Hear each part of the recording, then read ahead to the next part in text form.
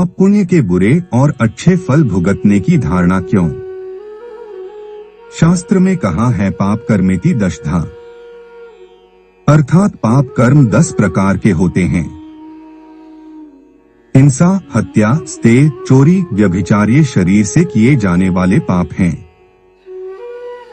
झूठ बोलना, अनृत, कठोर वचन कहना, परुष और चुगली करना ये वाणी के पाप हैं। परपीड़न और हिंसा आदि का संकल्प करना, दूसरों के गुणों में भी अवगुणों को देखना और निर्दोष जनों के प्रति दुर्भावनापूर्ण दृष्टि, कुदृष्टि रखना, ये मानस पाप कर्म कहलाते हैं। इन कर्मों को करने से अपने को और दूसरे को कष्ट ही होता है, अतः ये कर्म हर हालत में दुखदायी ही हैं। स्कंद पुराण में कहा गया है कि अष्टादश पुराणेषु व्यासस्य वचनद्वयम् परोपकार पुण्याय पापाय परपीड़न, स्कंद पुराण केदारखंड।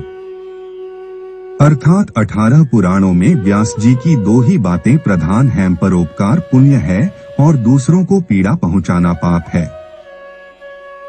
यही पुराणों का सार है। प्रत्येक व्यक्ति को इसका मर्म समझकर आचरण करना चाहिए। परहित सरिस धर्म नहीं भाई, पर पीड़ा सम नहीं अधमाई, कहकर तुलसीदास ने इसी तथ्य को सरलता से समझाया है। मार्कंडेय पुराण कर्मफल 14/25 में कहा गया है कि पैर में कांटा लगने पर तो एक जगह पीड़ा होती है, पर पाप कर्मों के फल से तो शरीर और मन में निरंतर शूल उत्पन्न होते रहते हैं। पाराशर स्मृति में कहा गया है कि पाप कर्म बन पड़ने पर छिपाना नहीं चाहिए, छिपाने से वह बहुत बढ़ता है। यहाँ तक कि मनुष्य 7 जन्मों तक कोढ़ी, दुखी, नपुंसक होता है। पाप छोटा हो या बड़ा, उसे किसी धर्मज्ञ से प्रकट अवश्य कर देना चाहिए। इस प्रकार उसे प्रकट कर देने से पाप उसी तरह नष्ट हो जाते हैं जैसे चिकित्सा करा लेने पर रोग नष्ट हो जाते हैं। महाभारत वन पर्व 207/51 में कहा गया है कि जो मनुष्य पाप कर्म बन जाने पर सच्चे हृदय से पश्चाताप करता है, वह उस पाप से छूट जाता है तथा फिर कभी ऐसा नहीं करूँगा ऐसा दृढ़ निश्चय कर लेने पर वह भविष्य में होने वाले दूसरे पाप से भी बच जाता है। शिव पुराण 1 मार्च 2005 में कहा गया है कि पश्चाताप ही पापों की परम निष्कृति है। विद्वानों ने पश्चाताप से सब प्रकार के पापों की शुद्धि होना बताया है। पश्चाताप करने से जिसके पापों का शोधन न हो, उसके लिए प्रायश्चित करना चाहिए।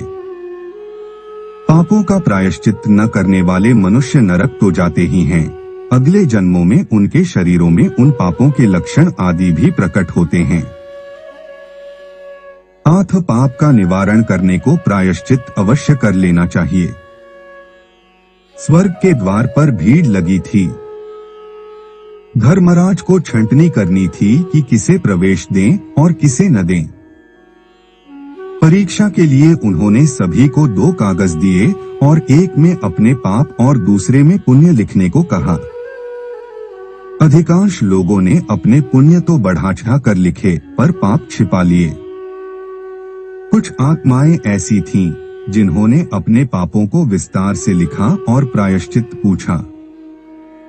धर्मराज ने अंतःकरणों की क्षुद्रता और महानता जांची और पाप लिखने वालों को स्वर्ग में प्रवेश दे दिया।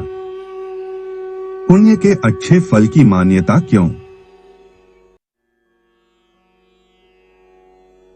जिन कर्मों से व्यक्ति और समाज की उन्नति होती है, उन्हें पुण्य कर्म कहते हैं। सभी शास्त्रों और गोस्वामी तुलसीदास ने परोपकार को सबसे बड़े धर्म के रूप में माना है, परहित सरिस धर्म नहीं भाई। अर्थात परोपकार के समान महान धर्म कोई अन्य नहीं है। द्रौपदी जमुना में स्नान कर रही थी। उसने एक साधु को स्नान करते देखा। हवा में उसकी पुरानी लंगोटी उड़कर पानी में बह गई। ऐसे में वह बाहर निकलकर घर कैसे जाए, सो झाड़ी में छिप गया। द्रौपदी स्थिति को समझ गई और उसने झाड़ी के पास जाकर अपनी साड़ी का 1/3 टुकड़ा फाड़कर लंगोट बनाने के लिए साधु को दे दिया। साधु ने कृतज्ञतापूर्वक अनुदान स्वीकार किया। दुर्योधन की सभा में जब द्रौपदी की लाज उतारी जा रही थी, तब उसने भगवान को पुकारा। भगवान ने देखा कि द्रौपदी के हिस्से में एक पुण्य जमा है। साधु की लंगोटी वाला कपड़ा ब्याज समेत अनेक गुना हो गया है। भगवान ने उसी को द्रौपदी तक पहुंचाकर उसकी लाज बचा। प्रत्येक मनुष्य अपने जीवन को सुखी बनाने के लिए अन्य मनुष्यों का संग ढूंढता है। सज्जनों की संगति जीवन सुखमय करती है, वहीं दुर्जनों की संगति से जीवन दुखदायी हो जाता है। मनुष्य जैसी संगति में रहता है, उस पर वैसा ही प्रभाव पड़ता है। जैसे एक ही स्वाति बूंद केले के गर्भ में पड़कर कपूर बन जाती है, सीप में पड़कर मोती बन जाती है, और अगर सांप के मुंह में पड़ जाए तो विष बन जाती है। पारस के छूने से लोहा सोना बन जाता है। पुष्प की संगति में रहने से कीड़ा भी देवताओं के मस्तक पर चढ़ जाता है। एक और जीजाबाई की संगति में शिवाजी छत्रपति शिवाजी बने। डाकू रत्नाकर महर्षि नारद की सुसंगति के प्रभाव से महागुनी महर्षि वाल्मीकि बने तथा अमर काव्य रामायण लिखा। डाकू अंगुलिमाल महात्मा बुद्ध के संगति में आकर उनका शिष्य बन गया। वहीं दूसरी ओर कुसंगति में पड़कर भीष्म पितामह, गुरु द्रोणाचार्य, कर्ण, दुर्योधन आदि पतन की गर्त में गिरे। ये सभी अपने आप में विद्वान और वीर थे, लेकिन कुसंगति का प्रभाव इन्हें विनाश की ओर ले गया। किसी कवि ने ठीक ही कहा है, जैसी संगति बैठिए तैसी ही फल दी।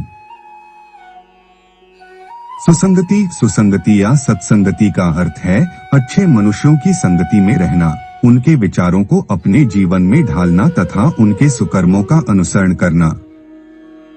सज्जनों की सुसंगति मार्ग से भटके मनुष्य को सही राह दिखाती है। व्यक्ति की अच्छी संगति से उसके स्वयं का परिवार तो अच्छा होता ही है, साथ ही उसका समाज व राष्ट्र पर भी गहरा प्रभाव पड़ता है।